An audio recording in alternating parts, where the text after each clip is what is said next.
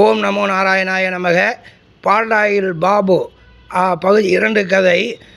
இப்போ இந்த பால்டாயில் பாபு விஜய் அதுதான் அரசியல் திரைமறைவில் நடக்கக்கூடியது.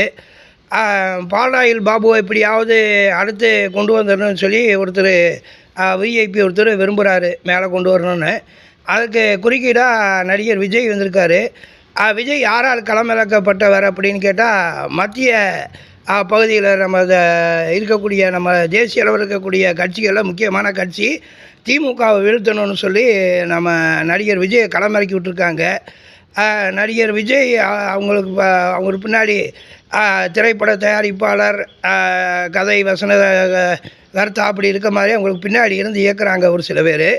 அந்த எழுதி கொடுக்கக்கூடிய வசனங்களை வேலூர், தஞ்சாவூர் போன்ற பகுதிகளில் அப்படியே பேசிகிட்டு வர்றாரு.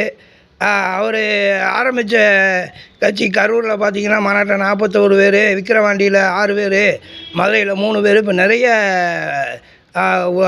இறந்துக்கிட்டு இருக்காங்க அவங்க கட்சிக்காரங்க. அதற்காக நடிகை திரிஷாவும் இவர் விஜயும் கோவா போய் 100 நம்பூதிரிகளை வச்சு பூஜையெல்லாம் போட்டதா தமிழா பாண்டியன் அவர்கள் சொல்லியிருக்காரு. இப்படியெல்லாம் மறைமுகமாக பூஜை பண்ணிக்கிட்டு பச்சை துண்டு போட்டு தஞ்சாவூரில் பேசுகிறாரு எழுதி கொடுத்ததை. அப்போ பால்டாயில் பாபுவுக்கும் நடிகர் விஜய்க்கும் தான் போட்டி நடந்துகிட்டு இருக்குது மறைமுகமாக. பார்க்கலாம் எப்படி இடையில் திரிஷா நயன்தாரா, கீர்த்தி சுரேஷ் இருக்காங்க பால்டாயில் பாபுவுக்கும் விஜய்க்கும் இடையில். இதுதான் மறைமுக உண்மை. எப்படி போகுதுன்றதை பார்க்கலாம் நண்பர்களே. வாழ்த்துக்கள்.